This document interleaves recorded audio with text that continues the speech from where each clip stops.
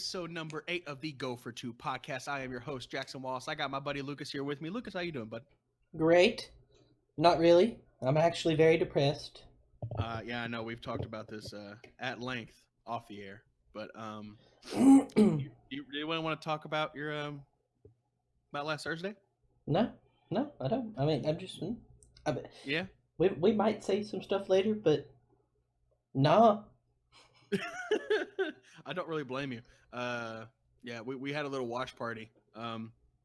Watched it together on Thursday Night Football. Was not the best party at all, but hey, we made it through, right? We made it through. I think we're gonna start off with just to touch on this a little bit because I really don't want to keep talking about this guy. I'm just done. Well, Antonio Brown. Yes, bro. The clown. Okay, Antonio Brown got released from the Patriots on Friday, and then announced on Sunday that he's done with the NFL. Lucas, what's going on with this, man? In theory, we won't have to talk about this guy anymore. But he's probably going to be on another team sometime this year or next season, I think. But yeah, I mean, dude's complaining about not getting his money and all this stuff, saying it's not fair that they can do that. Like, there are rules in the world, and you have to follow the rules. And if you don't follow the rules, you don't get your stuff. So, who cares? Yeah. Moving on. Yeah, exactly. I don't think he gets picked up by a team this year. I think no team's really going to touch him until the NFL concludes its investigation into his sexual misconduct allegations. And we all know how long those NFL investigations can take, sometimes upwards of a year. We totally should have talked about this before. So I listened to 102.5 The Game. I listened to Jared and the GM. It's 2 to 6 weekdays, Nashville talk show, all that crap. Anyways, they they said that apparently Hollywood, the wide receiver for Baltimore, he was there. He was there when he raped the girl. Oh. Or like knows about it or something. It's like somehow he's involved. I'm gonna fix you really quick, Lucas. Keep going. It's just I don't know what's going on right now. It seems like we were lagging a bit there. No, having a little technical. Okay, anyways. So apparently there's some stuff going on with that. I'm not 100% sure if they're investigating him or not. I haven't heard anything about that. But I did think that was interesting because I believe that's his cousin. They're both Browns. I think so. Yeah. And so he's been playing really well. Yeah, on what was it, like week 1 he only had like 12 snaps or something, but he had like 100 and something yards with a touchdown or two. Yeah. Yeah, I picked him up in fantasy. He didn't do nothing this week, so he nothing. that's usually how it goes, bro. That's usually how it goes. Oh my gosh, man. That's crazy. I didn't know that. So, yeah. I did not know that. We'll see what happens. We'll probably end up talking about the clown some more. But I imagine sometime in December, new info is going to come out, and we'll talk about it. Hopefully not. Yeah, hopefully not. We'll go from there. So, Mr. Jackson. Yeah. Multiple times since the Thursday Night Football game, you've come into the call here and you've been talking to me and you've been like, this man Minshew ain't nothing. He's overrated. Oh gosh, dude, he is. So why don't you talk on the man a little bit? Okay, listen up, y'all. Okay, whatever you're doing right now. Okay, if you need to pull your car over, pull it over. Okay, pour you a cup of coffee, sit back, listen to Uncle Jack. Okay, we're gonna talk a little bit here about Gardner freaking Minshew. Are you kidding me? All right, I am sick and tired. Okay, you know what really grinds my gears? All right, Gardner Minshew. Sick and tired of the NFL and the media pushing this guy as the next perennial superstar of the National Football League. I'm going to tell you his numbers, okay? We're going to go back and we're going to talk about this guy's numbers, okay? He had one good quarter of football. That's it. That's it. First quarter against the Titans.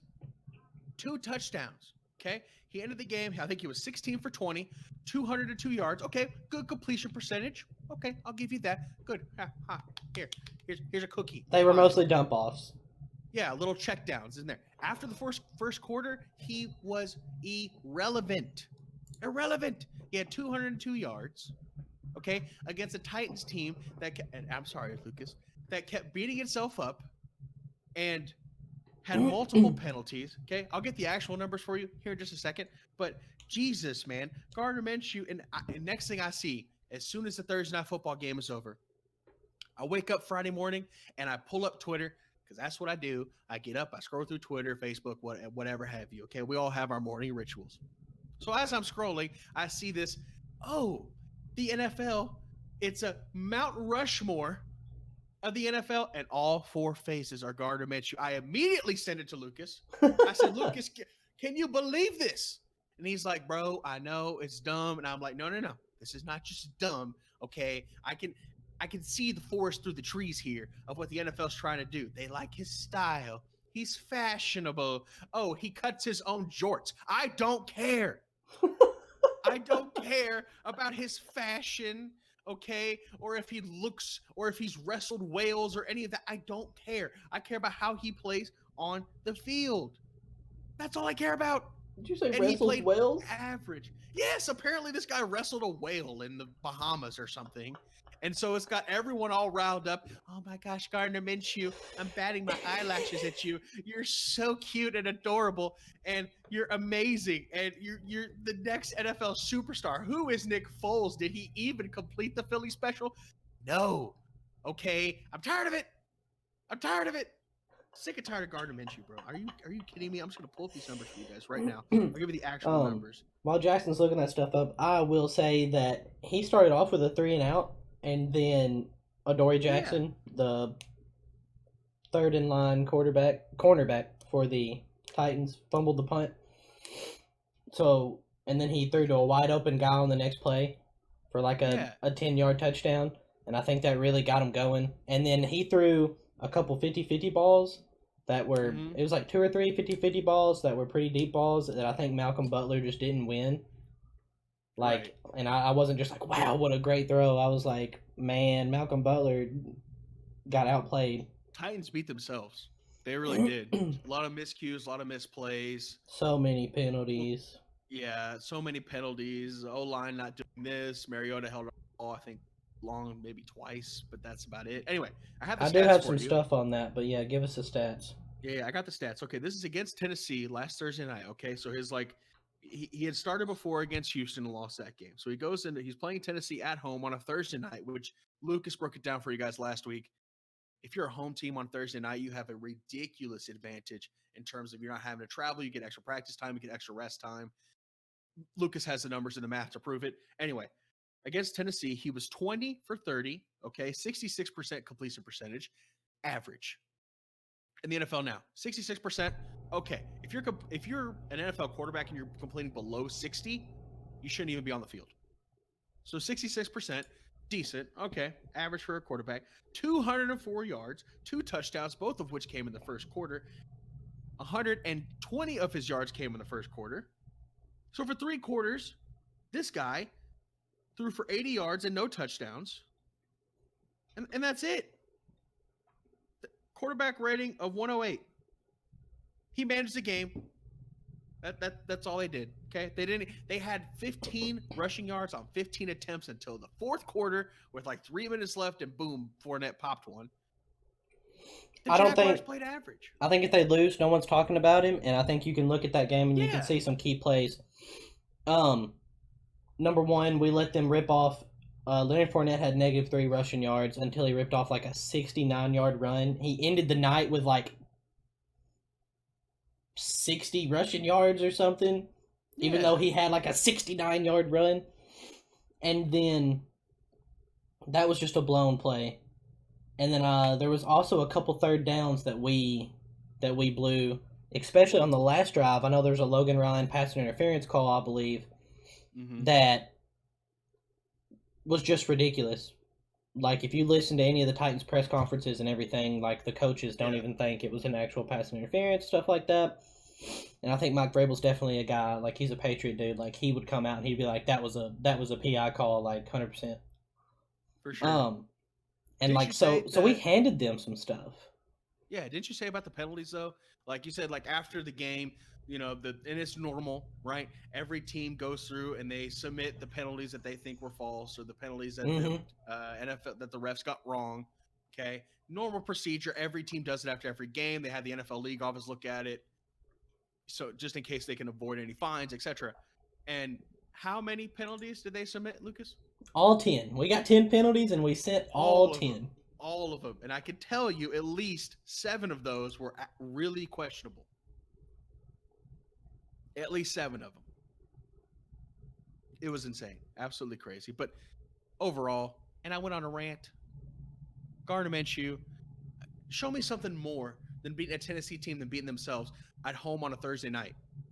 Okay? Before I start putting you on the Mount Rushmore that is the NFL, I need to see some actual gameplay first. Okay, he's played 2.5 games. He's played average. He's nowhere near the elite quarterback. But everyone wants to push forward and say, "Oh, the new age of the quarterback, all these young new quarterbacks." And yeah, that's true, right? But Gardner Minshew is not among the elite. Okay, he doesn't. His name doesn't belong near Dak Prescott or Patrick Mahomes or even Lamar Jackson. Okay, he is on the very bottom totem pole of NFL quarterbacks right now. And I actually rather have Eli than Gardner Minshew. And Eli just got benched. Okay, my rant about Gardner Minshew's done. Lucas, take it away. I mean, I ain't got nothing else on Minshew, man. Think I covered all the bases there? Yeah, I think you definitely covered all the bases. He has, right? Of course, he could have some potential. We'll see how he does the rest of the season. But I'm not going to crown him king of the NFL world in his jorts just because he's wrestled a whale and he beat the Titans. I'm not. I need to see more.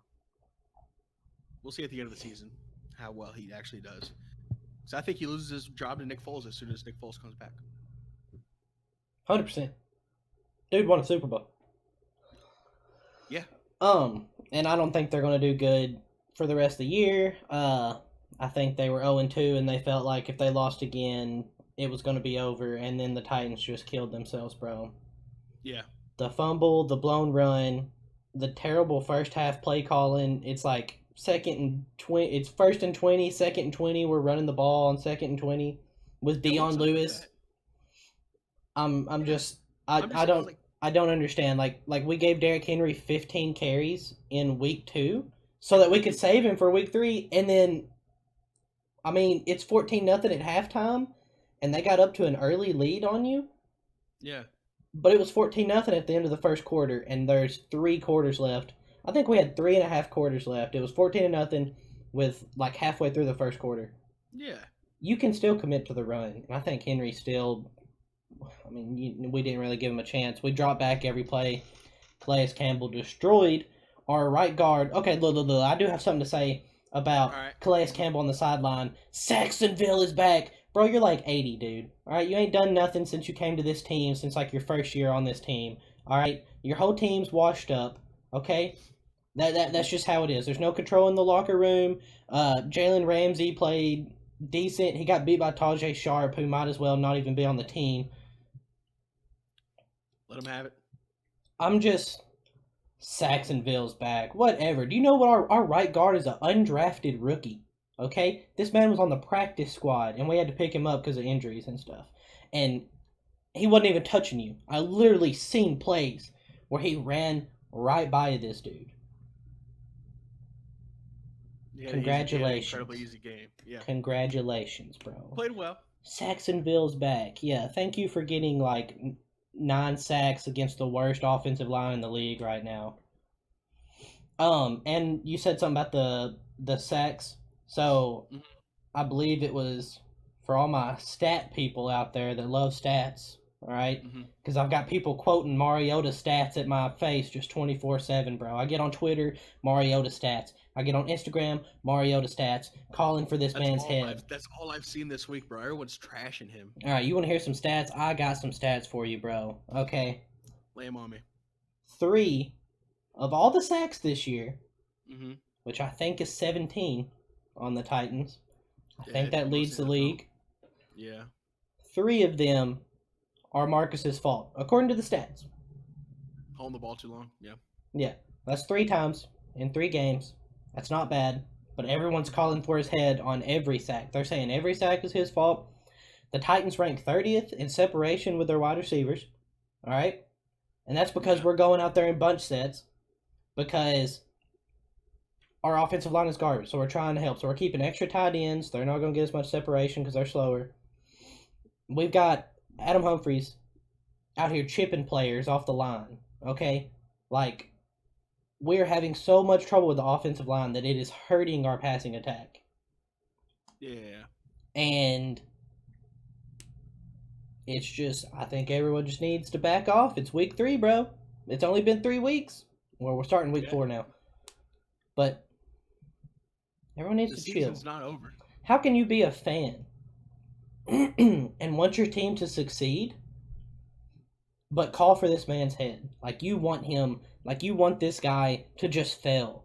I'm listening to some podcast or whatever, and they're like, Titans, and a fan calls in, and they're like, I hope Marcus Mariota breaks his ankle this weekend so we ain't got to watch him play anymore. You want Tannehill to go out there? Tannehill is a backup quarterback for a reason. He is not a starter for a reason. We know what that man is.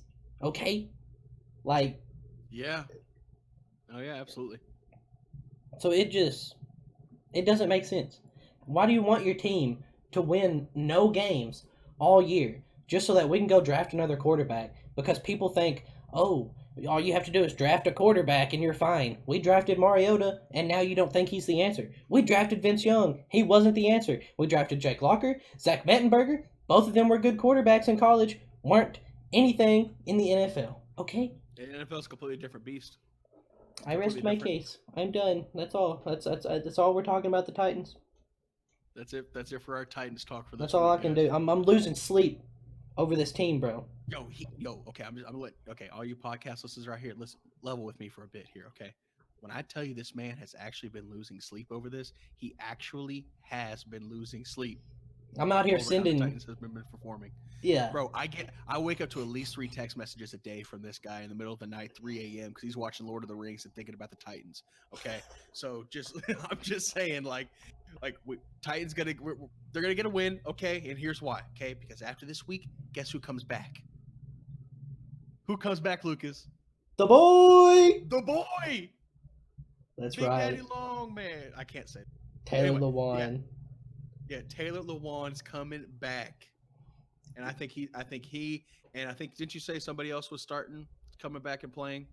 The right guard that we drafted that was supposed to start. We're trying to work him in, so there's a good chance he's going to play, but not this week. But next week, Taylor Lewan comes back. Our left tackle Dennis Kelly can hopefully go to right guard. That should really help some stuff, in theory.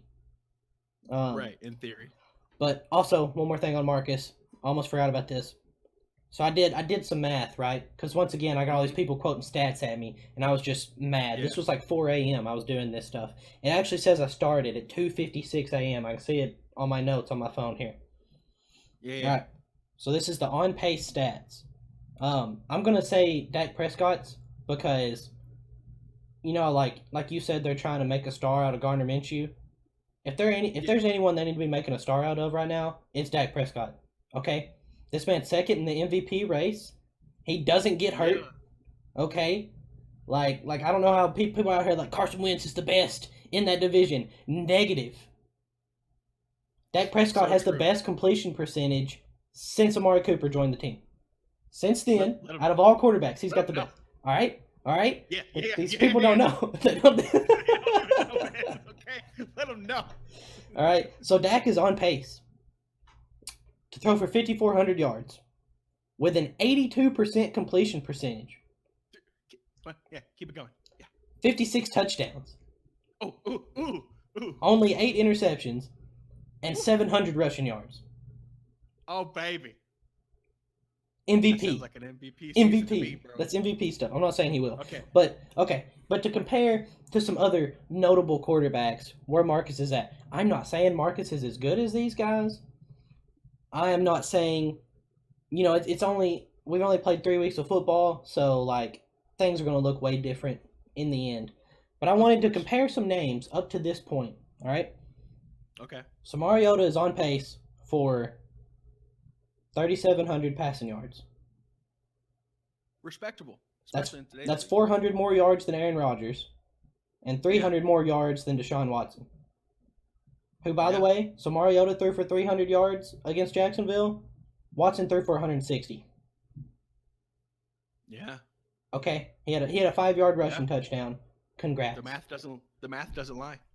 All right, Marcus 61% completion percentage. Aaron Rodgers 62. Deshaun Watson 61.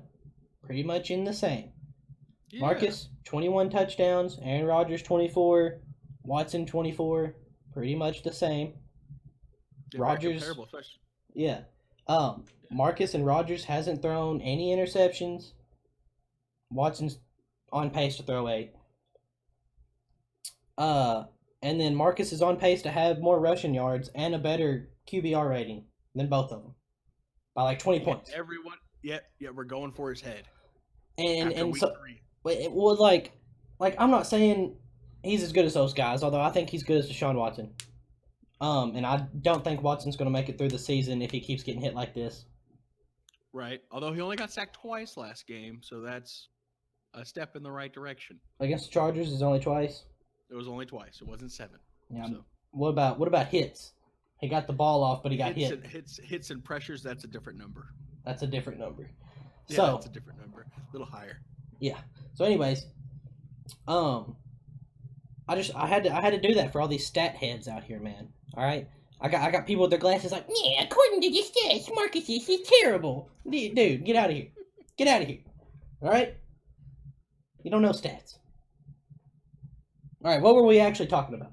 I don't know. I went on a Gardner Minshew rant. Then we started talking about Dak, and I got hyped because you started talking about MVP like season, and then we just kind of lost ourselves. You want to talk about Here. We got. No. Wait. Well, we're on the quarterbacks. We have two quarterbacks in line to talk about. We're gonna do the first one that we had down next. Yeah. So Jackson has climbed to the peak. All right, he's made it to the peak, and he's looked down upon the land of quarterbacks, and he has chosen another one to trust. All right. You make this sound way more sacred. I believe if you go back to our last episode or the episode before that, so go over to episode 7 or 6. I believe Jackson actually said that he did not believe in this guy yet, but he does now. I didn't. Jackson Flaxen Wallace. That's not his actual middle name, but it fits so well.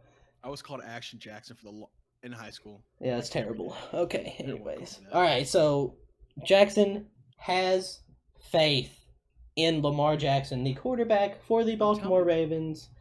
Break it down for me, Mr. Okay, Jackson. here's the thing. All right. So we're talking about Lamar Jackson. I need to see him play against a quality opponent. Last week he did. He played against Kansas City. They went down early and they went down fast. However, Lamar Jackson and his dual threat capabilities allowed them to bring themselves within an inch of the Kansas City Chiefs and overwhelming them. However, wait. Was it really an inch? I'm so sorry. It wasn't really an inch. It wasn't really an inch. I didn't have the precise unit of measurement. It could have been a centimeter. I was getting flashbacks of the Tennessee Titans St. Louis Rams Super Bowl. Were they St. Louis then? I think Yes. they were. And I was getting they were. flashbacks of like reaching and almost getting the touchdown. Anyways, just, Bro, I went back and side note, Lamar Jackson. He could wait. Okay. I was at my lake house past weekend. And I was just watching, like, the only thing you can watch down there is like DVDs, and we got like cable, basic cable, whatever. But anyway, I was watching some like NFL's 100 greatest plays, and that was on there on the list, and I was like, oh, I bet that hurts when Lucas watches that. Anyway, I also have a fun fact to talk about later on, but just have to remind me, fun fact. sorry. I was hoping it was actually an inch. Continue. So sorry. I don't think it was actually an inch, but they came within 5 points after being down early. Right, they came back to within 5 points of beating the Chiefs at Arrowhead. That to me is a statement game. Even though they lost it, Lamar Jackson played well. I think there's things obviously he can improve on. The accuracy of the deep ball, going deep a little more often. I think he has a little bit of trouble with that, but it's just basically a second year, right? He's figuring it out. Here's what has impressed me about Lamar Jackson. I'm going to compare him to Baker Mayfield. Baker Mayfield this offseason shot 13 commercials. Okay? Shot 13 commercials and got married this past off season. And again, I'm just talking about off season. I'm not bringing in the numbers. I'm just talking about the off season. I'm talking about dedication. Lamar Jackson put on 15 pounds of pure muscle. Okay, he's not like this skinny, just like the skinny Lamar Jackson that you saw last year. This year, this dude is jacked and he is ripped. And what that tells me is that he's not focused on commercials, not because he couldn't get them, but because he is dedicated and he is 100% bought into this team and the identity of the Baltimore Ravens starting quarterback. Right? When you put on 15 pounds of muscle in the summer, right, and you're running track every day, okay, and you're in the film room and you're studying, and you're not shooting commercials, that's when you can go 2-1 and almost beat the reigning MVP Patrick Mahomes and the Kansas City Chiefs. Meanwhile, Baker 1-2. Yes, they played a very good game against the Rams last week. He's looked very suspect, very uncomfortable in the pocket, right? Unsure of himself. I don't know if that's just because of his height and he's unable to kind of see and get a good throwing lane. And that's why he's moving around and jumping his way out of the pocket just to see a passing lane. I don't know if that's all of it. I don't know if he and OBJ and Jarvis aren't meshing or what's going on there. But when you look at dedication, especially from the off season, Lamar set the standard. Baker shooting commercials. And he has way more dedication to his team than Baker. And I'm starting to really believe in Lamar Jackson. I think the age of the dual threat quarterback, look around the league. Got Lamar Jackson, okay? Patrick Mahomes can do it all, right? Dak Prescott's having a lot of success in Dallas. Woo woo. Okay? Marcus Mariota, Tennessee, right? Plays very well as a dual threat. Okay? Just being able to the RPO, the run pass option. Having that ability to change up and use misdirection in the plays. The game is evolving right now, as it has been over the past 3 to 4 years, but now you can really start to see it if you're paying attention and watching every game. You got guys coming in motion on a jet sweep that could be a jet sweep run. It could be a jet sweep pass, a screen. It could be in motion just to disguise a simple play that we've run 100 times, but you're just giving the defense a different look. And I think Lamar Jackson, this new age of quarterbacks, is really kind of coming into his own. So I'm starting to buy into Lamar Jackson. I think he might be the real deal. We'll see at the end of the season how well he does, but I'll be shocked if they don't win their division this year. Shocked. You done? Bit of a rant. Okay, so last week's performance against a quality opponent, which Kansas City got the best offense. Yeah, their defense has always been that great, but so I'm gonna name off some stats here, Jackson.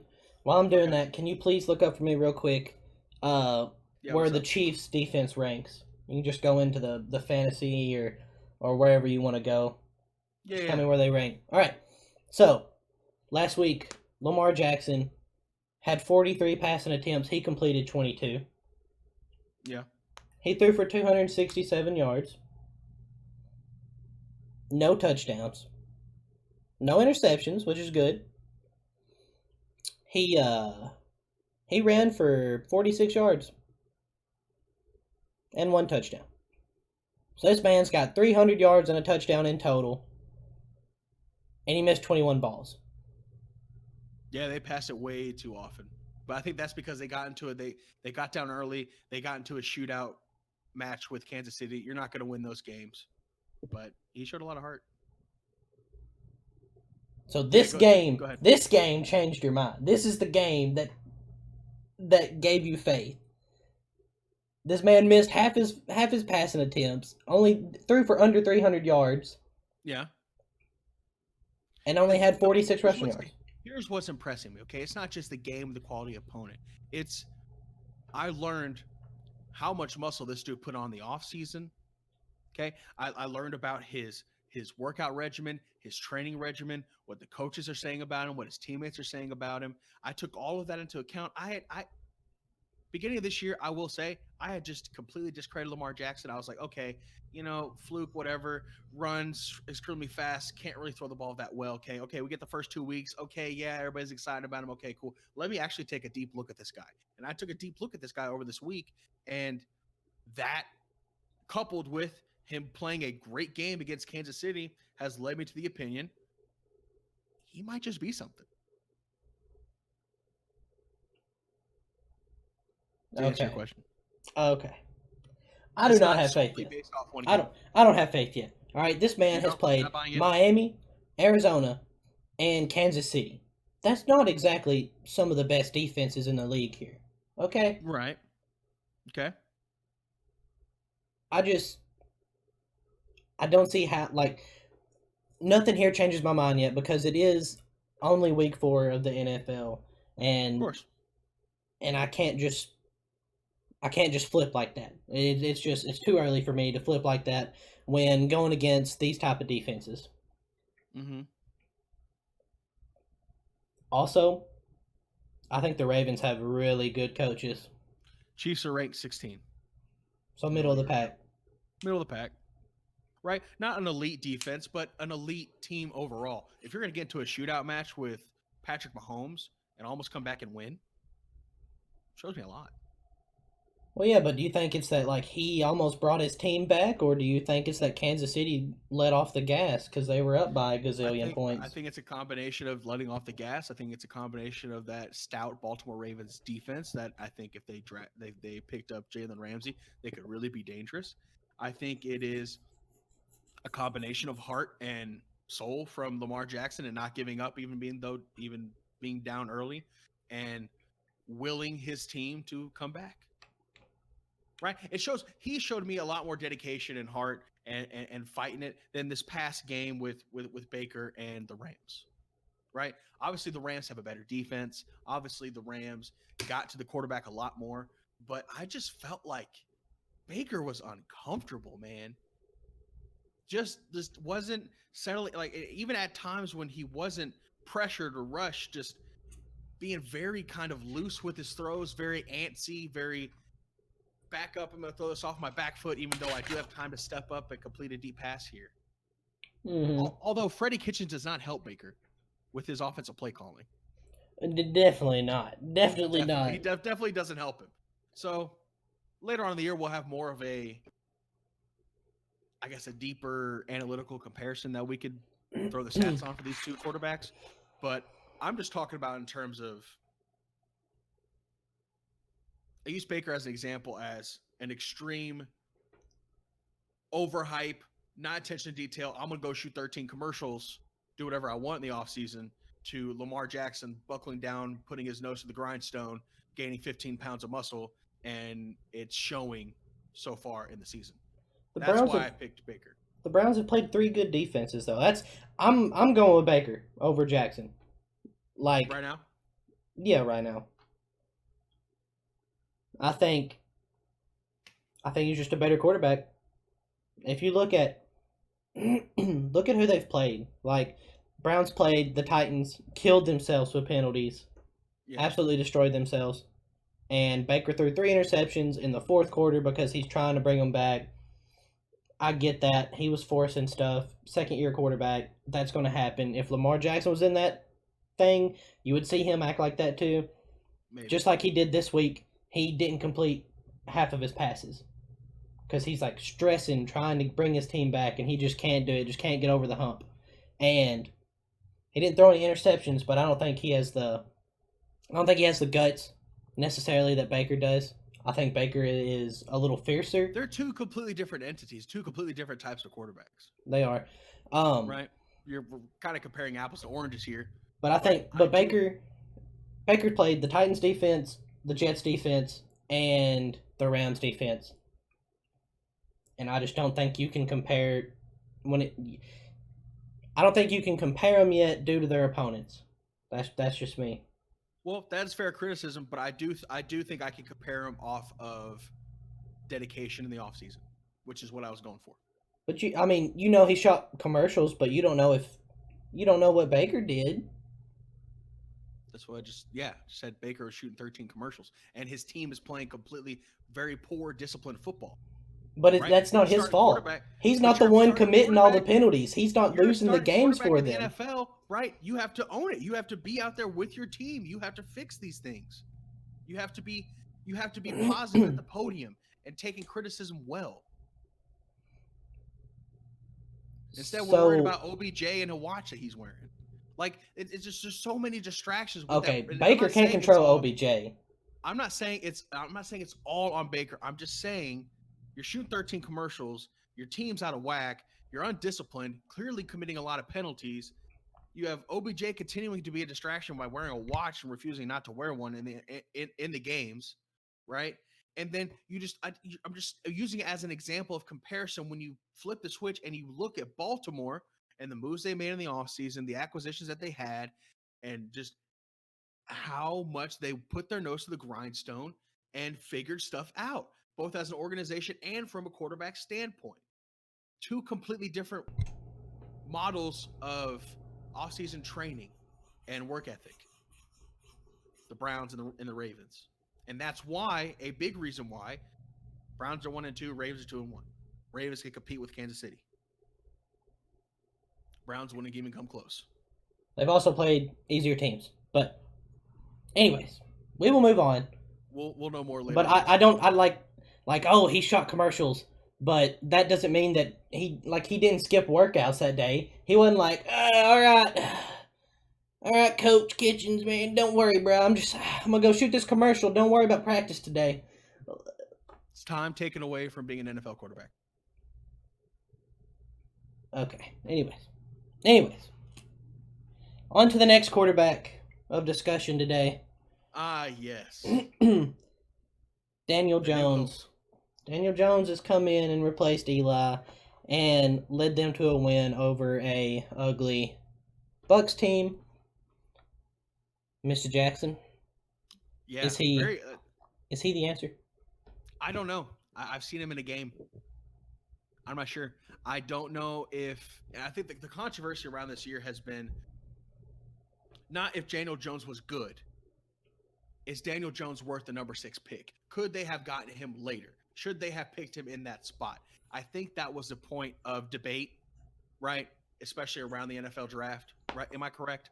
Yeah. Was that what you were thinking? Right? Yeah. Well, I seen a clip. Sorry, I seen a clip day before yesterday, and it's this fan, and it's like, why did we draft Daniel Jones right now? Oh, they don't know what they're talking about. What are they doing? Like, fans just upset. I was upset for them. Yeah, I was too. I think they could have gotten him later. Although I have seen some reports from like Ian Rappaport, Adam Schefter, talking about Daniel Jones, saying, in fact, there were several teams that were interested in Daniel Jones, and that if the Giants didn't grab him at 6, they weren't going to be able to get him later at 17 or even later on first or later on in the second round. I also am a firm believer in this, regardless of what everybody else thinks. If you think there's a guy right there that is your franchise quarterback, and I'm not saying that he is, I'm just saying that if you think it's a franchise quarterback, if you think he's a potential Hall of Famer, he's going to be on your roster for the next 10 years, you go get him. Regardless of where it is a draft position, where other people are saying about you, you go and you get your guy, right? I think that's fair. 100%. I'm not ready to say that he's the truth. Right? Yeah, I don't. But he played very well. Yeah, 2 rushing touchdowns, 2 passing touchdowns. They won the game. Down 28-10. Brought him back in the 100-degree heat in Tampa Bay. That's a hard place to play. Yeah, so I definitely think it's a good start, and I'm looking forward to how he handles the next 6 to 8 weeks. Because Barkley, high ankle sprain. Yeah, apparently he's going to be out 6 to 8 weeks. High ankle sprain, I think. Yeah, high ankle sprain, 6 to 8 weeks. Crazy stuff. Dude, so many injuries going on. Like, okay, is it just like the fact that like we're paying attention a little bit more to the NFL, like in detail in this podcast, that are noticing these things? Or is it like, has injuries always been these many injuries? Or so I think this year in particular? I think you have to look at the new the new age of how teams are handling preseason and training camp and everything. I really think it's got something to do with it I agree. because people are not letting their players play at all in the preseason. Sometimes, like literally not at all. Mhm. In the training camp, they're not allowed to do nothing. Like, and I think people's bodies are like you can't just go 0 to 100. You can't go from nothing, nothing, nothing because you want to save them for the season, and then the season hits and they're gonna get hurt. Their Yeah, body yeah, just ain't used to it. Yeah. And so, oh man, I just thought of this off the top of my head. I'm thinking it was Jerry Rice that said that he had to like condition 24/7, like year around, and He that's ran up how. this huge hill. Yeah. That's what it was. Okay, and that's how he stayed in shape for football. He said that it was like every day it was your job. Yes. And I think that's it. I think like the new age, all these new coaches, these young coaches, all of them like don't play all my starters at all in the preseason. Like Chicago Don't didn't wanna play get anyone hurt. at all, I don't think. And like you're gonna It have takes a while to get in the groove. that's right. Slow starts, man. Packers also Exactly. did it. I think the Rams did it too. But I know everyone's being easier on their players in the off season, and I think it shows because people's bodies just aren't ready. Yeah, you're getting hit. Like you said last week. I think you said this is what Clay Matthews said. You get in your garage, you put full pads on, you go as far as wall as you can away from the garage door, and you run full speed and hit that garage door about 150 times in an hour. And that is what it's like playing a football game.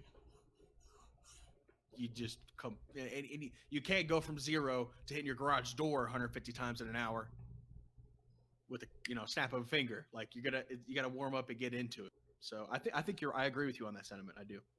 So there really are some crazy injuries going around, like quarterbacks and stuff.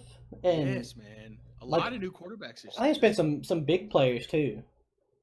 Nick Foles, Big Ben, Drew Brees, Saquon, D-Jack, Alshon Jeffrey.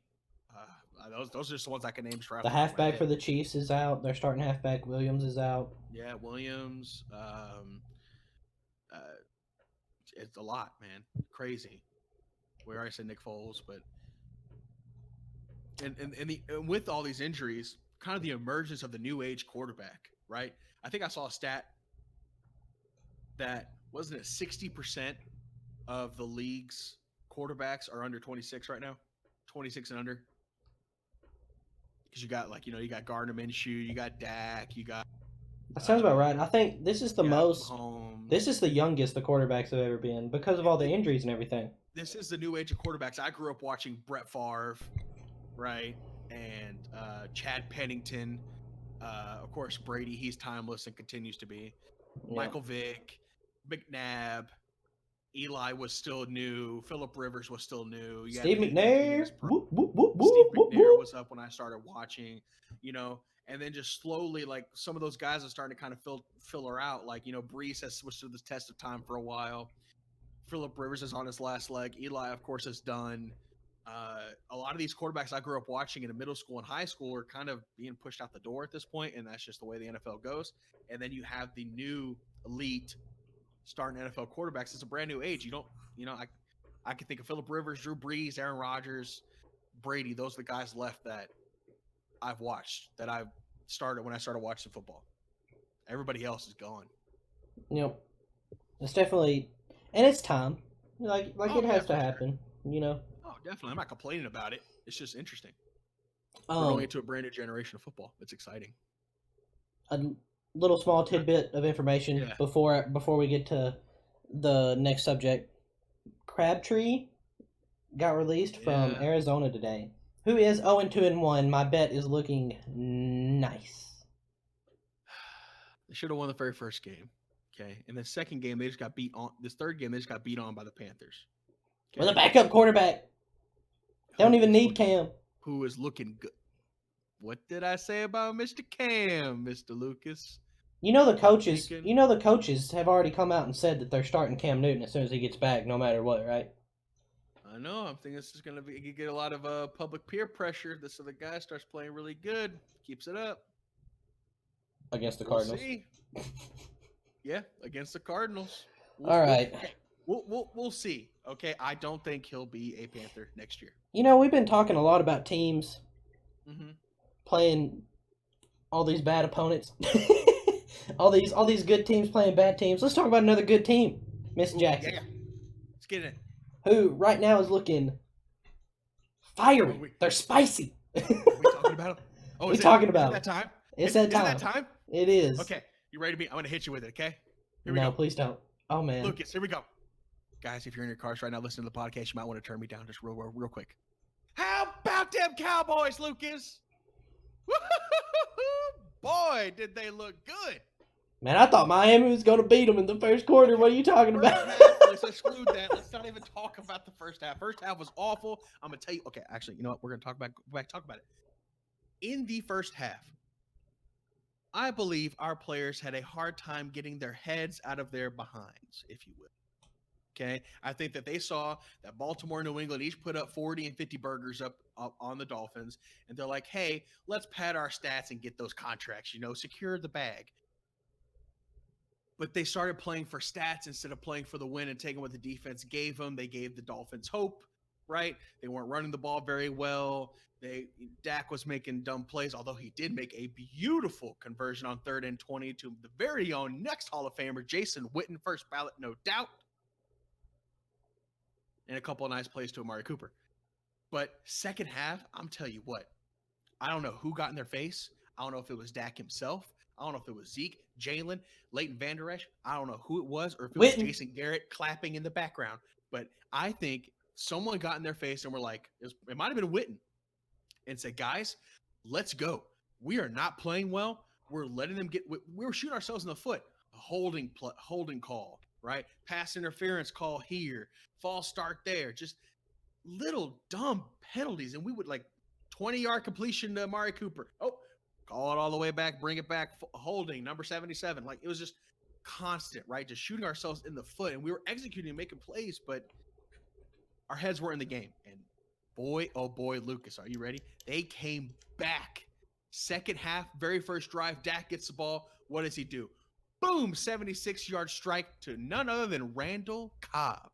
Okay? And, of course, it was called back with a holding call, but nevertheless, that set the tone for the drive.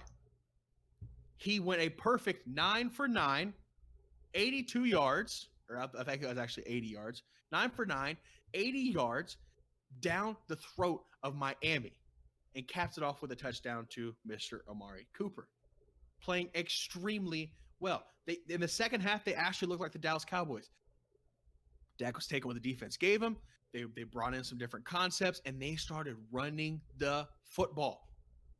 This is the first time, I believe, since I know it's the first time since 2008 that a Cowboys team has been 3-0, but it's the first time, I want to say, since 1987 that the Cowboys have had 2 100-yard rushers in the same game. This time being Ezekiel Elliott and Tony Pollard. And that brings a smile to my face because I watched the game and I don't feel like Zeke is gashing him or diving on him or running through him, and you got Pollard come out here making plays. But Zeke is having his best start in his career in terms of yardage off the beginning of the season and yards per carry. Yes. What? He's only in yards per carry or in total yards? Because I know he's only had one. In yards per carry. I think he's only had one 100-yard game, ain't he? He's almost every game has been 100 yards. I know he didn't get a touchdown last week because my man's on my fantasy team and I needed him to get a touchdown. And I look and Pollard gets like a 17-yard touchdown, and I was very upset. But the Cowboys averaging him. Okay, so here's what it is right now. Zeke has 289 yards through 3 games. Okay, that's almost 100 yards a game, right? But 5.3 yards per attempt at the start of the year this year, and only 2 touchdowns. Pollard has 149 yards. He's averaging 5 yards a carry. Okay, he has a touchdown. And then you go down the list. Amari Cooper already has 238 yards. Okay, he has 4 touchdowns to start the year off. Gallup, he got hurt after the second week, but Dak is spreading the ball. The ball's getting to multiple people, and you don't even think about Zeke completely gassing you because we have a passing game this year. Best team in the NFL on third down percentage. Okay, it's the Dallas Cowboys, and it's because you know how we talked last week about the Titans putting themselves in trouble, 3rd and 16, 3rd and 14, 3rd and 17. I think they only right? converted one last week. Right? Dallas Cowboys, they're averaging between 3rd and 3 and 3rd and 6, right? Manageable third downs, right? Very few 3rd and longs that they have to convert. And when it is 3rd and long and they have to convert it, they do, right? 3rd and 20, here's what we're going to do. We're going to have Dak roll out of the pocket, okay? Witten's in a one-on-one. Witten, being the veteran that he is, knows what his quarterback needs, and he's going to go straight down the middle, straight down the end of the field on the sideline and catch for 32 yards, right? Like stuff like that. Like Witten is so valuable. I know I'm going on a big rant, all these different things here with the Cowboys, but I'm so excited. And yes, I know they haven't played the best of teams, but just look at the eye test. Trust your eyes. This team is a good football team. Well, I think they're top 3. That is incredibly high praise, and I can't remember being this excited about this team in a long time. I think know they're it's top going to 3. come, but we're going to get punched in the mouth, and I'm not going to like it. And we have a really tough game this week against New Orleans, but I think we can compete with the best of the best right now. I think we could. Yeah, we're playing very well. I think the whole team is playing well, and that's what you have to do. Like when you look at the Patriots, like when they win games, their whole team is firing on all cylinders. Exactly. Like they don't go out there and their defense is just getting destroyed, but then they win because Brady is just destroying the other team a little bit more. Like it's happened, but of course, that's not the consistent thing. The consistent thing is that when the Patriots win, both sides of the football play great football. Agreed. And I think that's what the Cowboys are doing right now on all phases. I think the Cowboys are literally doing everything they can to win, and it is working. And I think all the players are buying into the mindset. I think everyone sees what they can do, what's going on, and I think that's just going to help them even more. And if you coming into every season, every team thinks that they're going to win the Super Bowl that year, right? Right. And so how you start is such a big deal. And I don't think how you start the first 3 games is a big deal, but I think how you start the first 5 is a big deal. Yeah. If the Titans don't win their next 2 games, I'm going to be real worried. Okay? Real upset. Now it's okay, right? 1 and 2. I'm okay with 1 and 2. The Patriots were 1 and 2 last year. They won the Super Bowl. We're not the Patriots, but the Cowboys had a terrible start last year. Absolutely god awful. And just popped off, 6 straight? Boom. 7, yeah. 7. Win their division. And so, I just think the Cowboys. Who do they play this week? I know we're going to do it. Sunday night game. You beat New Orleans, and I think your possibilities are endless. And I think you're talking about, even if you don't beat New Orleans, I think the Cowboys are realistically talking about NFC champions. Possibly Super Bowl champions, but I don't know. That's hard. I don't know. It's extremely hard. I think there are 2 incredible AFC teams, right? The Patriots and the Chiefs that are obviously in the way. I still think there are some good NFC teams that are in the way too, but we're looking good for the playoffs so far. I think you hit the nail on the head. In all 3 aspects of the game, the Cowboys are playing well, right? The offense is giving the defense a break by sustaining long drives with the running game and being able to be explosive and versatile on offense and score. Okay, that keeps your defense morale up and heightened. The defense giving the offense good field position by holding the opposing team and securing the punt on special teams to get in good field position to give the offense a chance. It's all working. It's all gelling together. You're not really seeing a big weakness when it comes to the Cowboys so far. And yes, those weaknesses will be exposed. Every team loses. That's just how it is. But so far, so good. Yes, we haven't played the best of teams, but you do the eye test, and we're looking pretty good. So top 5 team, I think, right now, and that's exciting to me. Very, very exciting. Now I just need the So Titans to get up there as well. yeah, so I have on the list. We've talked about the Titans a little bit. Yeah. I have on the list next on the least. I almost said the least. The least. The least. I have on the list On next the least. is to talk about the Titans. All right. Okay. So I'm gonna say some stuff. All right. I didn't want to, but I got a little worked up earlier. I feel like I. All right. I went This on a is- rant too, man. Message to all Titans fans and anyone else that is not a fan but thinks that we are terrible. All right. The last 2 weeks, the coaching has been bad. The play calling, the situational awareness for timeouts and stuff like that, I think has also been lacking. The coaching overall has just not been that good. It has reflected in our play. All the penalties, which by the way, the amount of penalties that there are this time in the year is astounding, and it's getting to the point where they are actually game changing. They are interfering with how the game is being played, and I do not like that Yeah. a whole lot. But that's besides the point. The quarterback play was bad in week 2. And it was bad in the first half last week, in the rain, with no blocking, no run game, no nothing. Derrick Henry's getting hit in the face on a screen pass, Yeah. wide open in front of him, and he just drops it. This man could have caught it with his teeth if he didn't have a guard right here, okay? Yeah. And then you also got the terrible, terrible offensive line. Terrible, absolutely terrible. Did I mention how bad they are? No, not yet. It is so bad, Jackson. It is so bad, and it is like blood in the water right now. Every game we play for the next 4 games at least, it's gonna be nothing but attacking. I think we're gonna fix it. I think the coaches, because I believe in our coaches. I think our coaches are good. I think they will turn some stuff around. We'll get that fixed.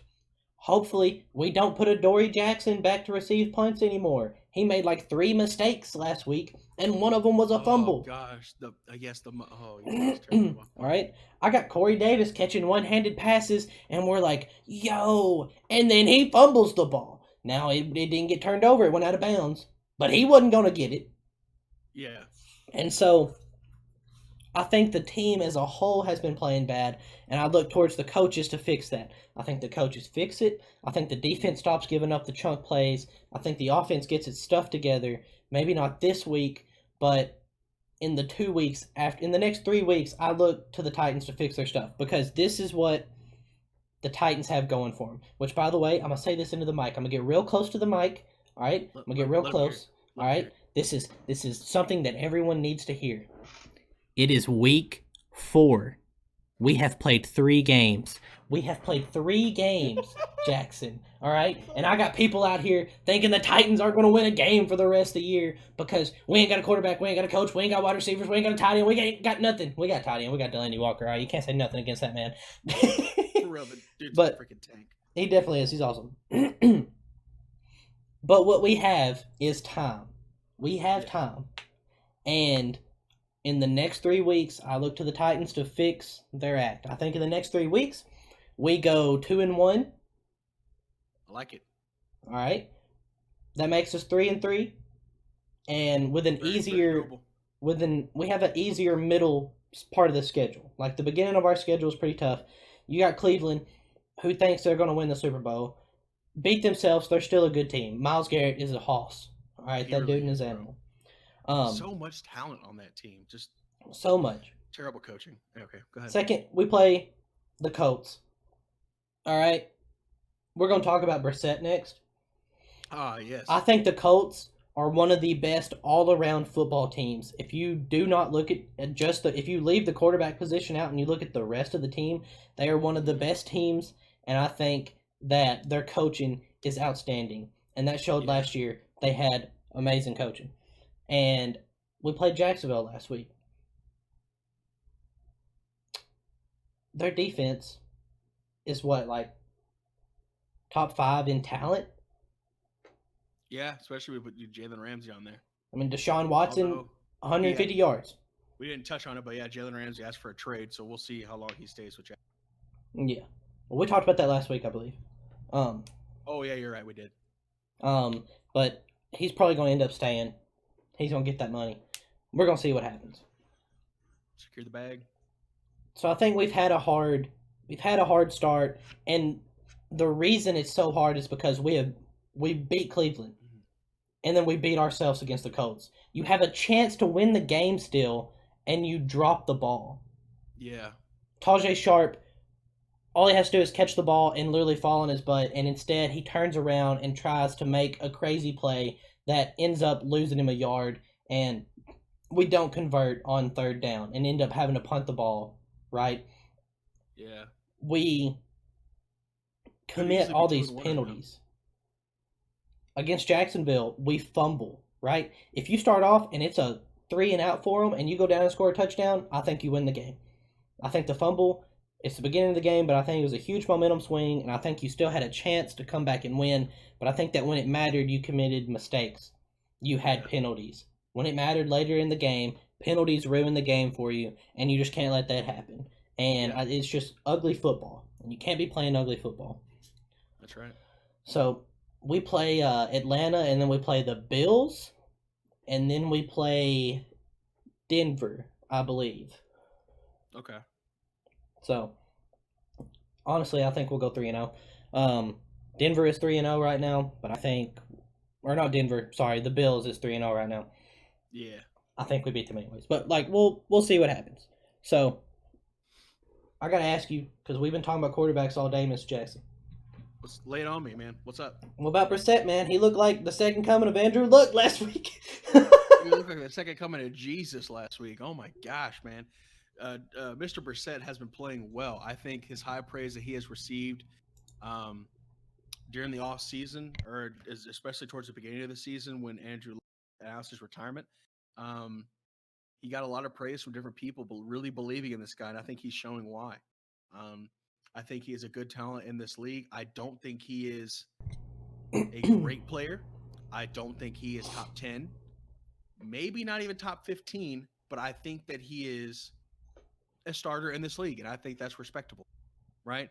I still think I need to see a little bit more of him throughout the rest of the year, as the case as it is in the beginning of the season right now. That's kind of going to be the answer for a lot of these questions. But if you just look at the eye test, right, the mobility that he offers is great. His vision downfield is good, right? He has a lot of weapons to use. His defense is young and ferocious. The coaching, as you said, is amazing.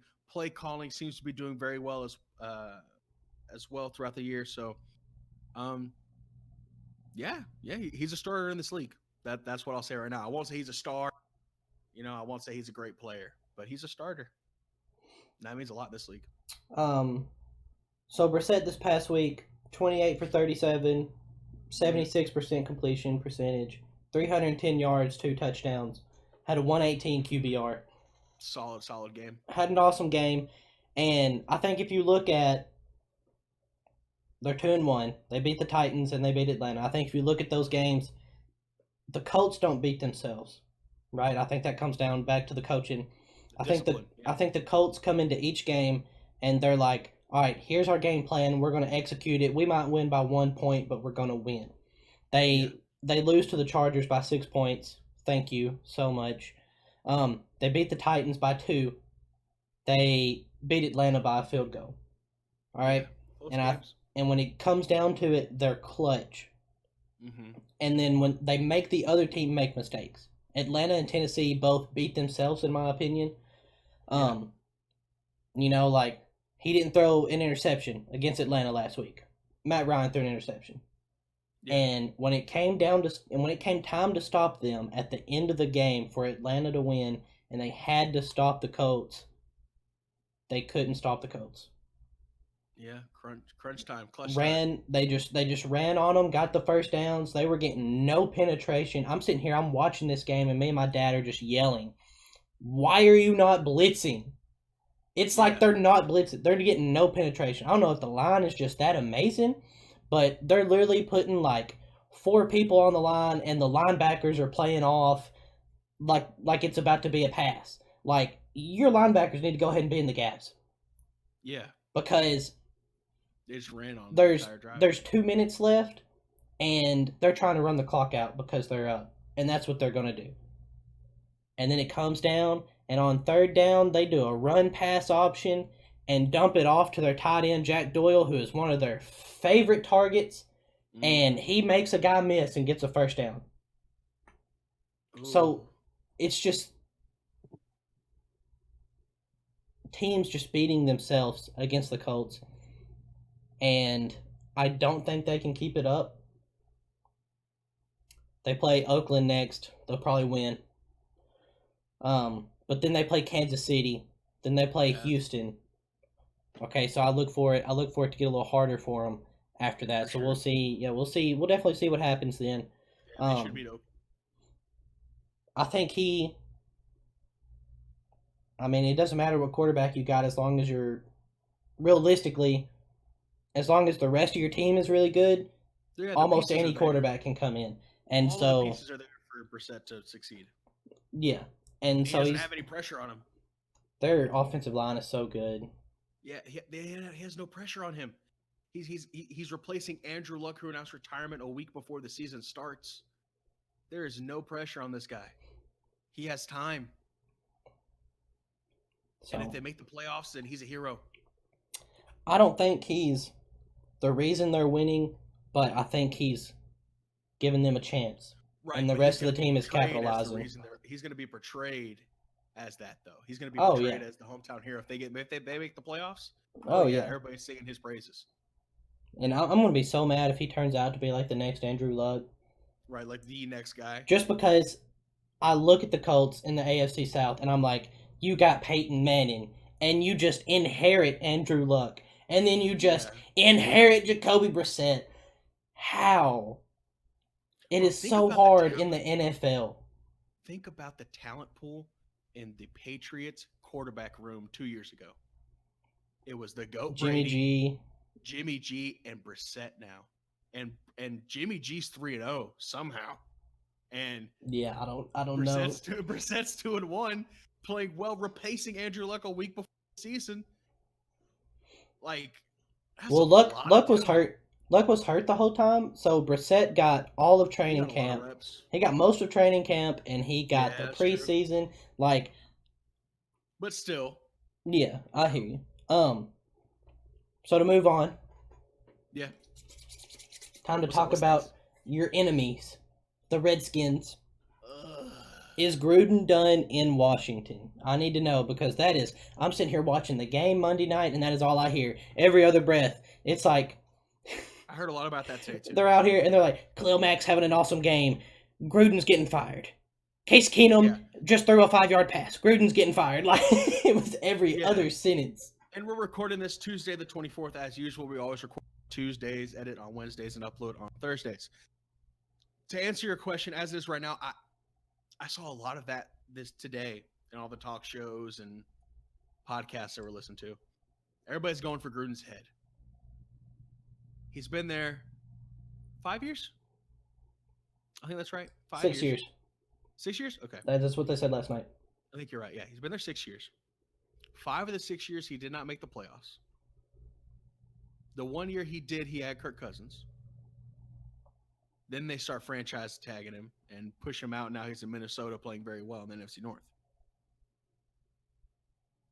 I don't know.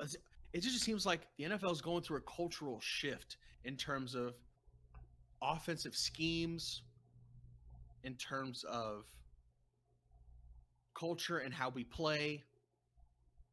And I don't think Gruden is that guy to be innovative and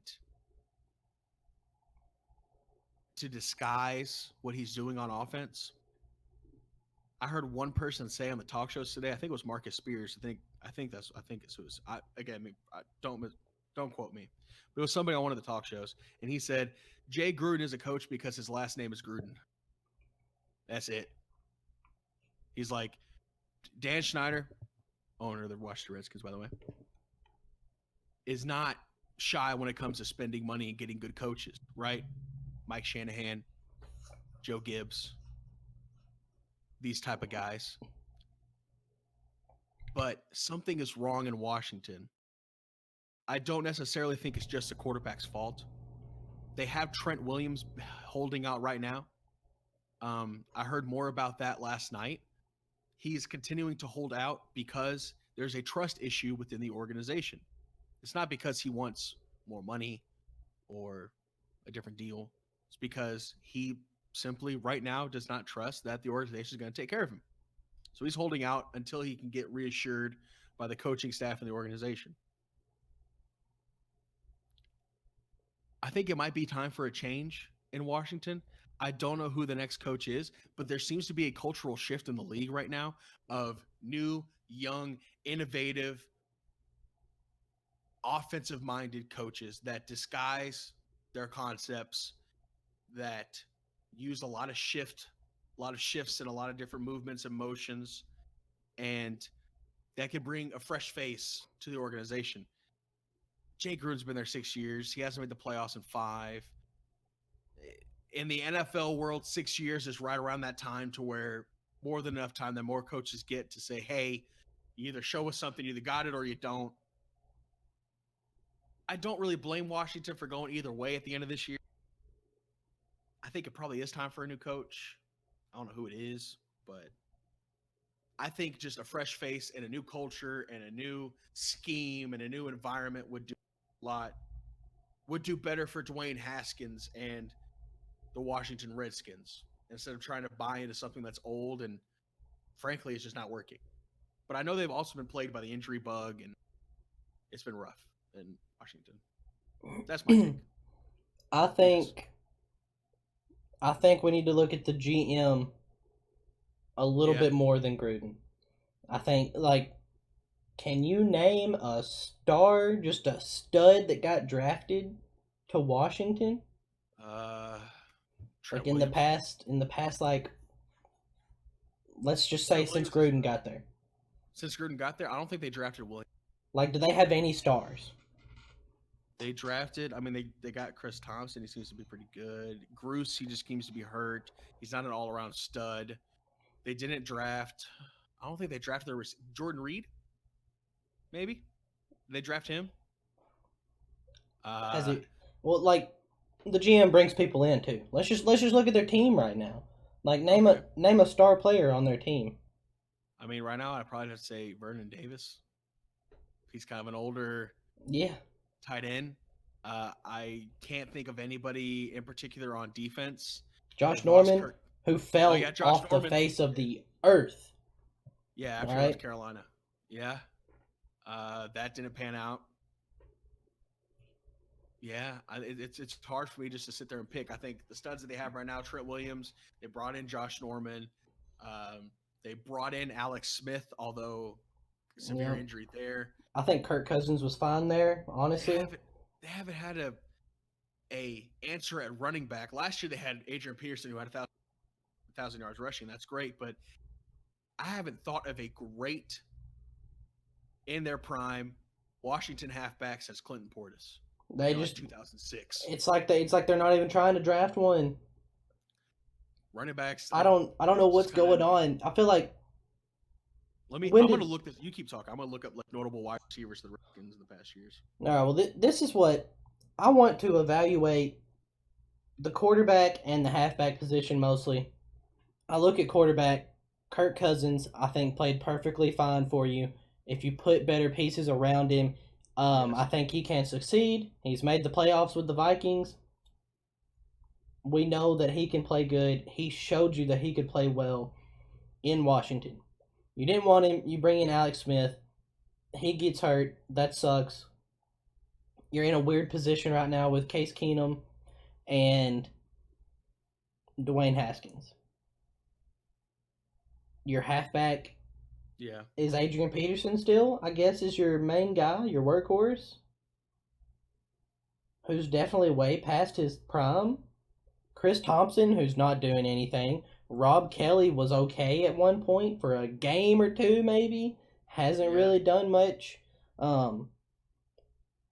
So Okay, I'm so I have a list too when you're ready. okay. Go Let ahead me and give me some wide receiver stars because okay, I so some can't name any. wide receivers that they brought in. This was okay. So Santana Moss, number 4 on their all-time leading their chart, right?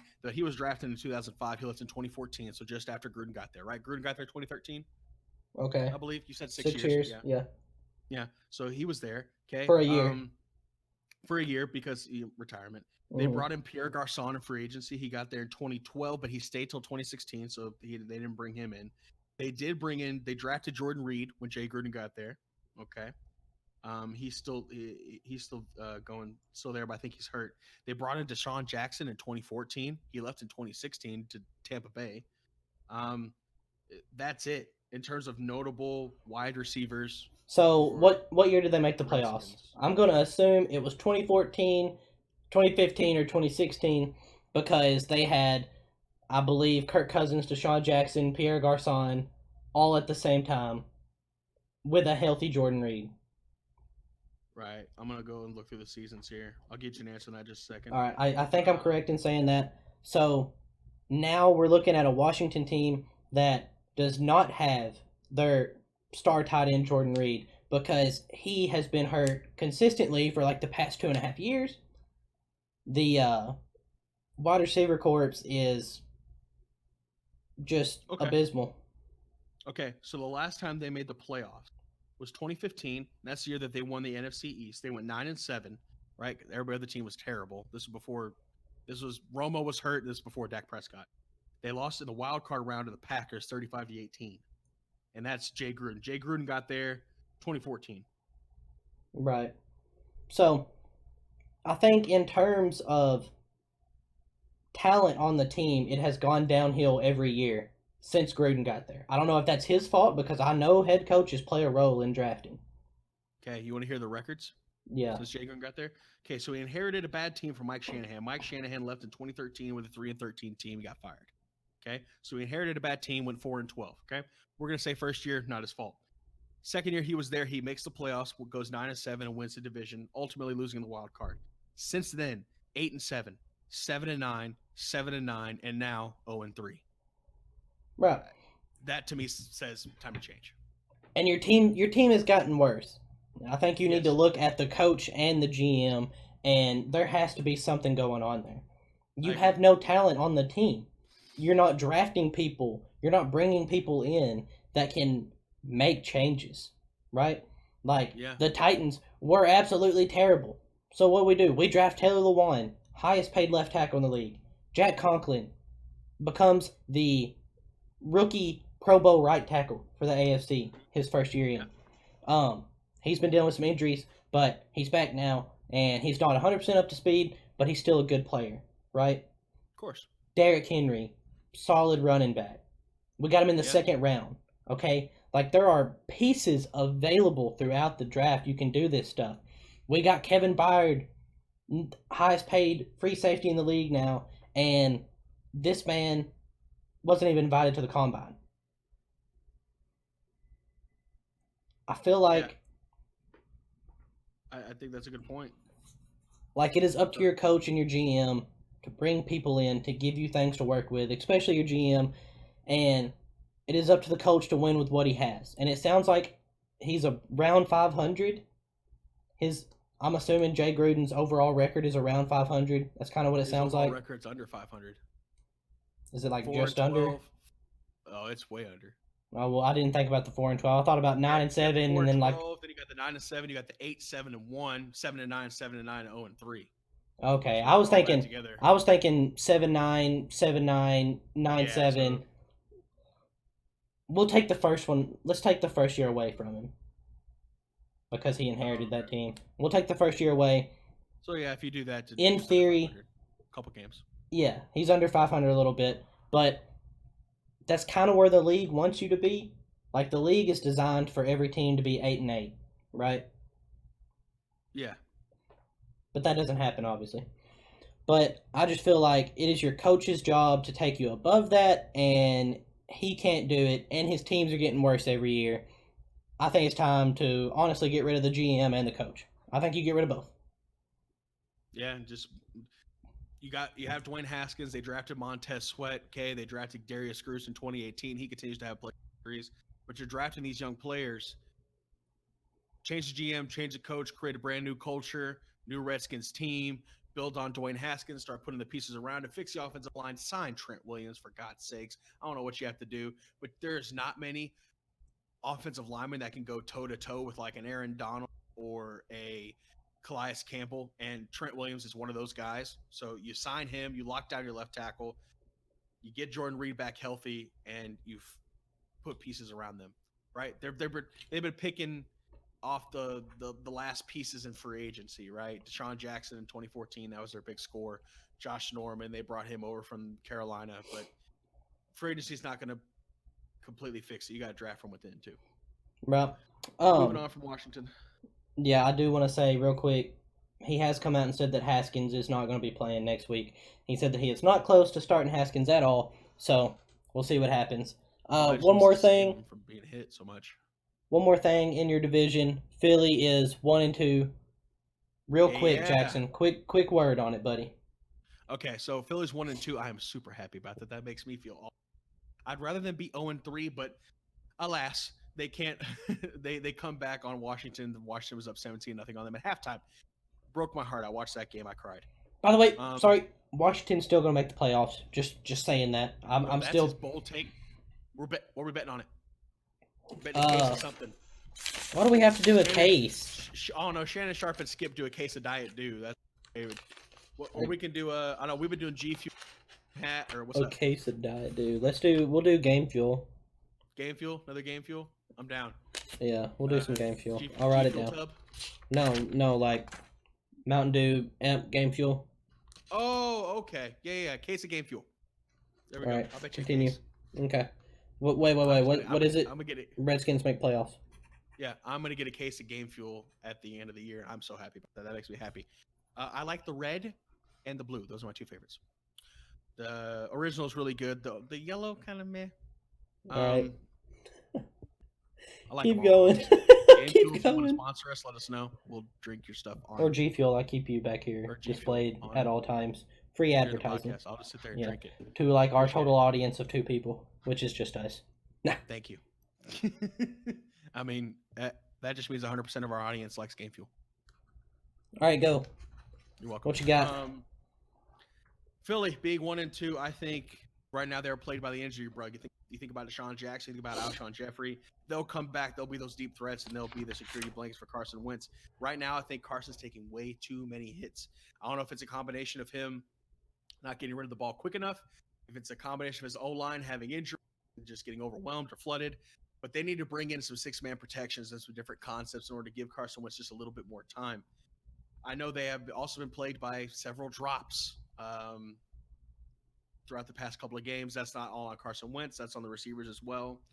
It just seems like they're in a bit of a rough patch. They're definitely still a threat in the NFC East and in the NFC overall. I still think they make the playoffs, but the longer they continue to struggle, the happier I will continue to be. But 1-2 does not spell their entire season. They're still dangerous. I feel that. I did pick them in the beginning of the year to not make the playoffs. So, actually, I think I did pick them to make the playoffs. Let me check real quick. Check the records. Right now, ever since log for like like week 2, I've been saying that they're not gonna make the playoffs and that the Redskins are actually gonna make it instead. I picked the Eagles to miss the playoffs, so I think the Redskins are gonna make it instead of them. Real quick, Jack, before our recap and before we wrap it up, we need to look at all the 3-0 teams. All right, so just to recap for everyone, for the 3-0 teams, you have the Patriots, the Chiefs, the Rams, the Cowboys, all expected pretty much. The 49ers, which is kind of surprising. You got the Packers, which I still think are not going to make the playoffs. And you have the Bills, who are definitely not going to make the playoffs. And then you have the Lions, who are 2-0-1. Technically, they haven't lost, so... But they have that tie. I'm tired of ties in the NFL. Can we not have that? Can we just play the game out, please? Make it sudden death. Give them an extra quarter. I don't care, but I'm tired of ties. Ties annoy me. They get nothing. It feels like the game is left unaccomplished, and I'm left unfulfilled, and I just want to cry in a corner. Yeah, so all a couple surprises in that list, right? The Bills, I think, is a big surprise. San Francisco is definitely a surprise. Detroit being undefeated, technically at this point, is definitely a surprise. Aaron Rodgers and that bad man, Green Bay. Oh boy, oh baby, I do have them making the playoffs. I do have them winning the and so far it's looking so good. I'm just, Um, I just their head coach. I can't stand him. I just want him to fail, oh and yeah, he he's will. a former He offensive will. coordinator, It's week. Tennessee Titans. You know It's week these four. teams are 3-0, but it's week 4. There's plenty Yep, of time for him to it's still trip. plenty early. We're still not done with the first quarter of the season yet. We'll see how it goes, but so far it's looking so good. Mm, What about your take on those undefeated teams there, Mr. Lucas? I mean, I think honestly, I don't think the Rams are as good. There's people putting the Rams at like number 2 and number 3. I think number 1 is obviously the Patriots. Crazy start to the year for them. For sure. Number 2 is the Chiefs. I actually think they have been Undoubtedly. under talked about a little bit, because people just expect Mahomes, right, to just go out and throw for 800 yards and he's 12 missing touchdowns. Tyreek Hill. All right, he's missing Tyreek Hill. They're doing crazy stuff. I think they're better than they were last year. I think they've shown improvements. The Rams, Todd Gurley is a shadow of what Oh, he was yeah. last year. Oh, shell of himself. I think that hurts them. I think the He's- Cowboys. He's a B back right now. I think the Cowboys are better than the Rams. You know, when I did my season predictions, I picked the Rams to beat the Cowboys. I actually think the Cowboys are going to win that game. I think the Cowboys are going to end up doing better than I thought they were. I think I had them winning 11 games. So, I think they're actually going to win 12 or 13. hey, I like that. I like that. That'll be a good game. Will you say Zeke is the best running back in the league? Who do you think is the best running back in the league? Right now, I have Zeke. That's hard. It's me between Zeke and Saquon. 1 and 2. Gurley used to be 1, now he's 3 for me. I think I gotta say Barkley. He's hurt, Barkley, yeah, but Barkley's good, man. Zeke hasn't. Zeke missed he missed training camp and all that stuff, and I think it showed. And Yeah, but even though he's having an incredible start, not in terms of touchdowns, but in terms of yards per carry and yardage itself. when you're right, but I think I gotta give it. You're right though. It feels like a quiet Zeke season. I It just feels like he's being undershadowed or overshadowed by. I just which is don't a good think. thing. Yeah, I don't think it's the same. I don't think he's the same. I don't think he has the fire. Like, I'm not saying he's not like motivated, but I don't Right. think there's enough coal in the engine quite yet. I think he's still building.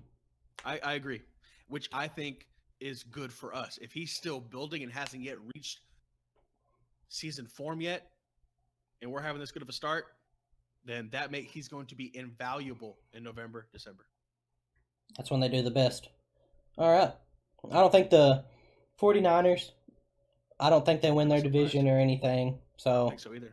Bills definitely won't. I don't think they make the playoffs. I don't think the 49ers make the playoffs. The Packers are not going to make the playoffs. And the Lions. We're gonna bet another case of G Fuel on the or Yo, Game who's- Fuel on the yo. Packers. No, we already got a bet on them. Oh, okay. We have Packers top 5 defense. I don't want to bet on the Packers anymore. Okay. All right. The Lions might win their division. Really? They're playing good. They're playing the best Lions football I've seen in a while. Yeah, no, I mean, the Vikings have looked vulnerable. The Bears have looked vulnerable because of their Yes. offense. Like, Yeah, but the NFC North is a good division, man. I don't know that it's necessarily all the teams are really good or that all the teams are just close. I think all the teams are. I think honestly, I think the Packers' offense has underperformed this year. It I has. think if you look at who's gotten better, the Vikings got worse. The Bears have gotten worse, in my opinion, on offense. On offense, yes. The Packers, like I said, and I think the Lions is the only team that's shown improvement. And Well, it's interesting. we'll see what happens. It's week 4, like I said, But it is time, Mr. Jackson, to recap last week. Let's do it. Our games. All right. We had Michigan and Wisconsin. Wisconsin absolutely destroyed Michigan. I was We wrong on had that. Georgia and Notre Dame, and Georgia beat Notre Dame. Sure did. Moving on to the NFL, we had Titans versus Jacksonville. That was depressing. Jacksonville watch won. it. Dolphins versus the Cowboys. The Cowboys pulled that one out convincingly. Chiefs versus Ravens. Chiefs definitely won. We all knew it was going to happen. Browns versus Rams. The Rams won.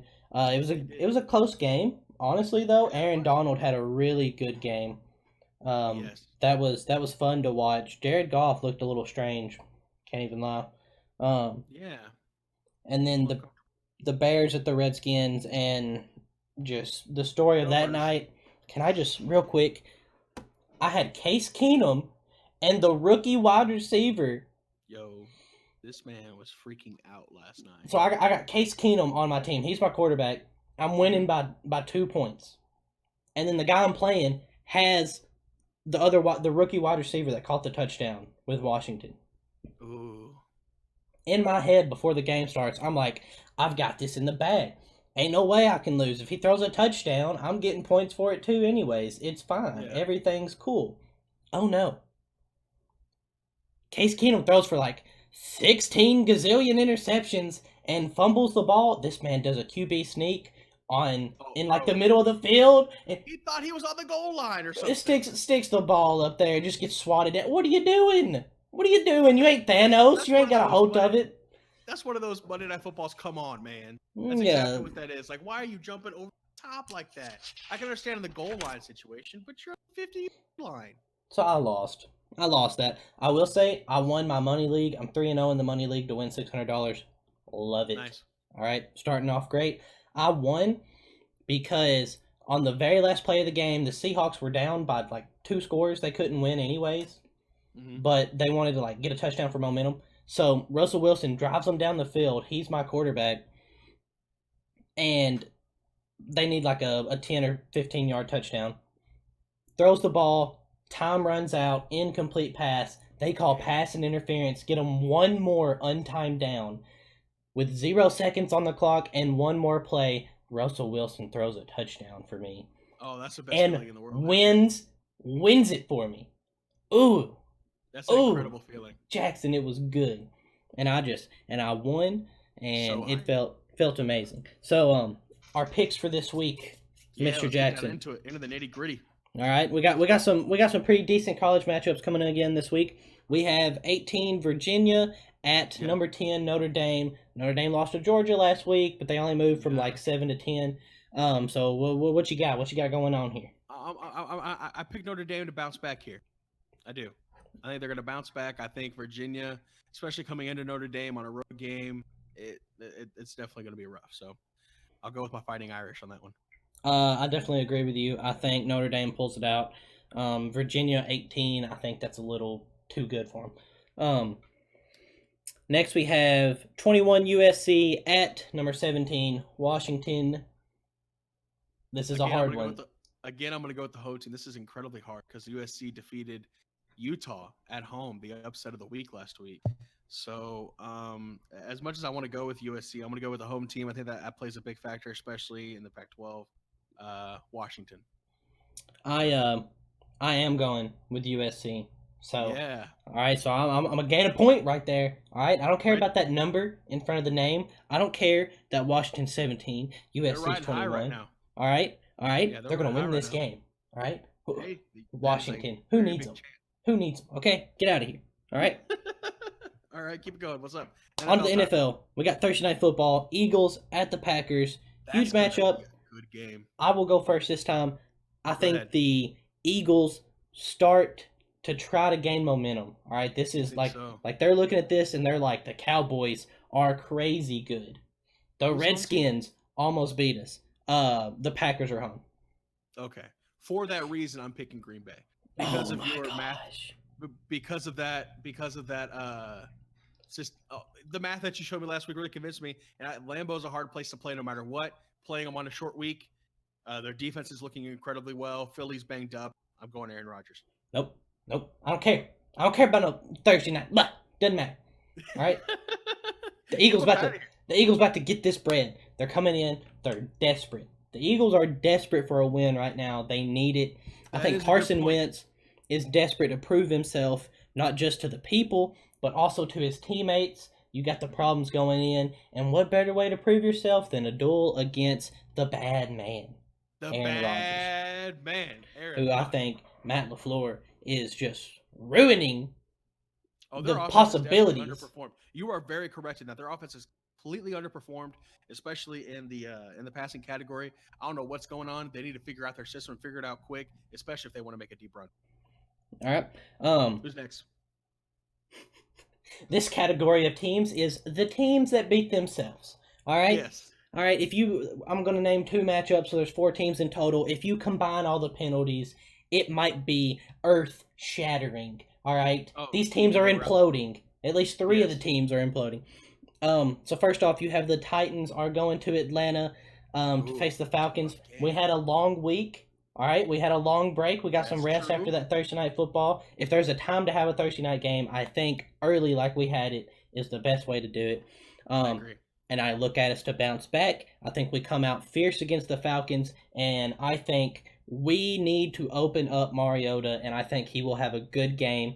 I think we're going to have to do some stuff. We're going to have to move the pocket. Last week we didn't do that. We're going to have to get this man moving. He can run. I know you're scared he's going to get hurt. I don't care. He ain't going to get hurt. This man put on like 10 pounds of muscle so that he wouldn't get hurt. That was the whole point. He put on muscle weight so that he could get bigger and be safer when he did run. He has looked better. He's been sliding and stuff more. He's trying to avoid some hits, although he's done some crazy jumps over some people and been doing some tumbling in the air. We ain't going to worry about that. All right.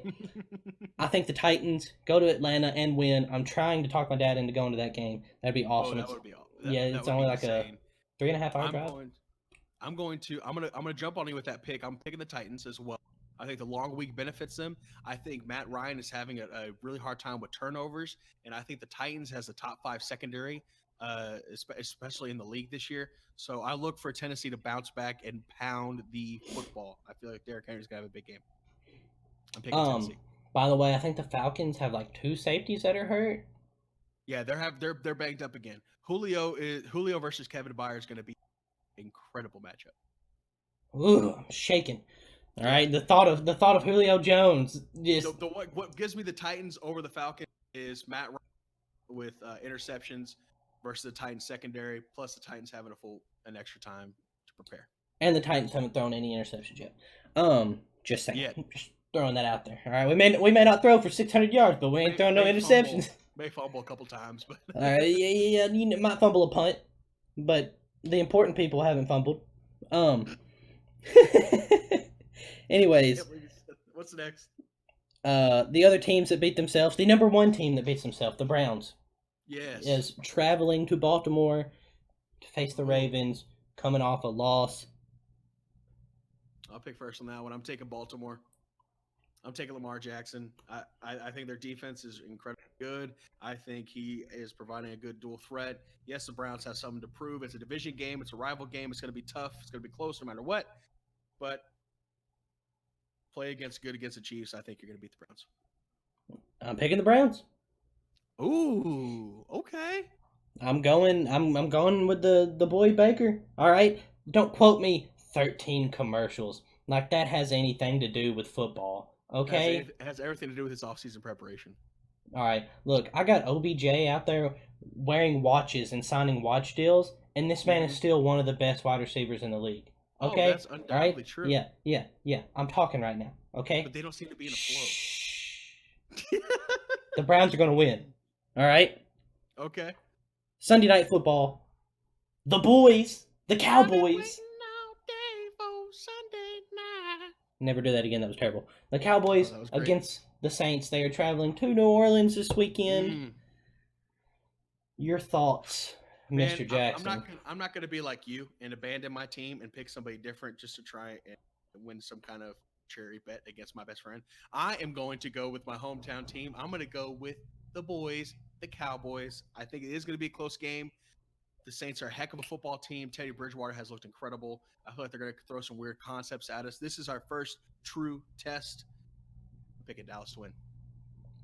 I'm gonna pick Dallas to win as well. This is really hard for me. It's a close game.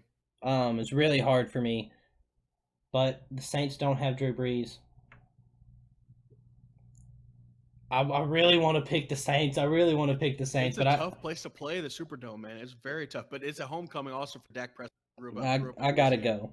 I gotta go with the Cowboys. They're firing on all cylinders right now. Gotta go with the Cowboys.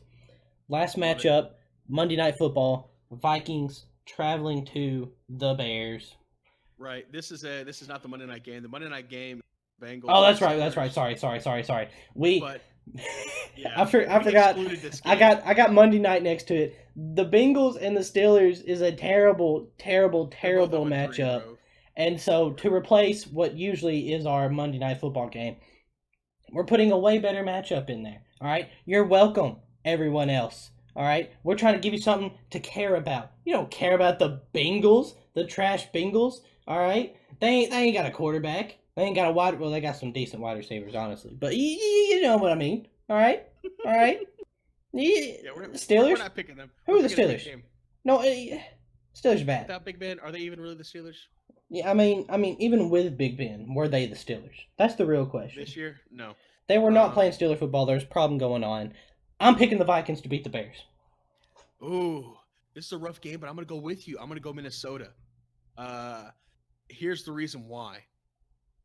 I know you're looking at me completely. For those of you watching on YouTube, Lucas is shocked right now picking Minnesota. But here's the reason why I'm picking Minnesota. I trust Minnesota's offense more than I trust Chicago's offense. Chicago, their defense is absolutely incredible. I look for this to be an incredibly close game. I'm picking the Vikings 10-7. I think it's going to be incredibly close. But Dalvin Cook, Adam Thielen, Stephon Diggs, I trust them more than Taylor Gabriel and Mitch Trubisky. I'm just blown away right now. I just knew that would be a steal for me. Really? Yeah, I just knew you'd pick Chicago, and I was like, Jackson's gonna be over here like, oh, it's the home team, and we also, you see that defense the other day? Trubisky looked like a good quarterback finally. Yeah, like this is stuff I'm hearing in my Trubisky ear played well. the other night. All right, we're watching the football game, and I got Jackson over here talking about the Bears defense, which is the best defense in the league, and. By far. And he's over here like saying Trubisky is coming into his own and look at that wide receiver making those catches and stuff. And I just knew I was going to be able to pick the Vikings. They would win. I could get a game up on him. Thanks for adding to my depression. You added to my depression, I'm not trying to Jackson. add to your Thank depression. What I'm trying to do is pick the correct game.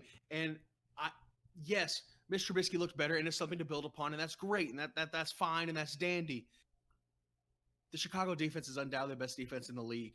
Are they going to give Mr. Trubisky good opportunities? Yes. Is it going to be enough to beat the Vikings right now, who Dalvin Cook is looking unstoppable? Adam Thielen scored 2 touchdowns this past week, and they used him on an end around run concept play in the red zone. I like the way that they're being creative with their offense. Mike Zimmer's changing some stuff up. So for this one, I'm going to go against the grain. I'm picking Minnesota. He is so mad. He is fuming right now. And the thing is, if he had told me to pick first, I still would have said Minnesota. I don't believe that. Don't believe that for a second. I was picking Minnesota regardless. Mooching off of other people's intellectual property. Oh, oh man, that's the picks. That's the picks. That is. I'm ahead by 1 game this year. He is killing me in the. Oh yes, I didn't say the records. I'm so sorry. Lucas, me, this guy. I am 12-9. Jackson is 13-8. He's up by 1 game, but don't worry, the boy's gonna come back. All right, I got this. All right, okay. It's time. We have several different games this week. We have like 3 or 4 different ones. Yeah, I'm looking at it. We picked the USC Washington game different. We picked the Eagles Packers different. Yeah. We picked the Browns Ravens different. Yeah. Ooh, that's 3. And I'm gonna give me a 3-game sway. I'm gonna be up by 2 this week. Bro, he is killing me in the college game department. He always gets the college games right. I think he's undefeated in college picks. I might be. He's up there, bro. It's 6-0 or 5-1. It's one of the two. But anyway, Lucas, is there anything else we didn't touch on? I Talk about do AB being a believe. clown. I do believe that is it Talk about Daniel for. Jones, Lamar Jackson, I think that's it Cowboys, for Titans, episode 8, brother. Broncos. That's all I got. I love it. Episode 8. Guys, thank you so much for listening to episode podcast. You can find us where all podcasts are posted. You can find us on Apple Podcasts, Google Podcasts, Spotify, Podbean, and all the rest of them. You can also listen and watch us on YouTube. I recommend this highly. You can see all of Lucas's facial expressions of complete disgust and discomfort every time I start talking about Lamar Jackson and or the Titans and the Cowboys. As soon as I start talking about the Cowboys, his face immediately just goes into this dreary dread because he gets to hear me talk about my team being 3-0 and his team being 1-2. He is incredibly sad about that. Be sure to like, comment, subscribe, leave a 5-star review. We will be reading those live on the show as soon as we do get some. That would be great. Yeah. I'm sorry. We ain't getting no questions. Where were the people at? All right. No All right. nobody. Look. I ain't saying that we got anyone else listening to this other than our friends. But if you are our friend and I know you ain't listening this long. Look, I've looked at the stats. All right. People ain't listening to this whole thing. They ain't even getting to this part. What we're saying right now is irrelevant. It ain't gonna make it here. All right. And I'm upset about it. All right. People ain't adding no questions. I ain't getting no text messages. I ain't getting no YouTube comments. I ain't getting no likes, no subscribers. I am upset. All right. So anyone that sees this, if you do not take the 4 seconds to like and subscribe, no longer friends. That's it. We're done. That's it. That's a wrap.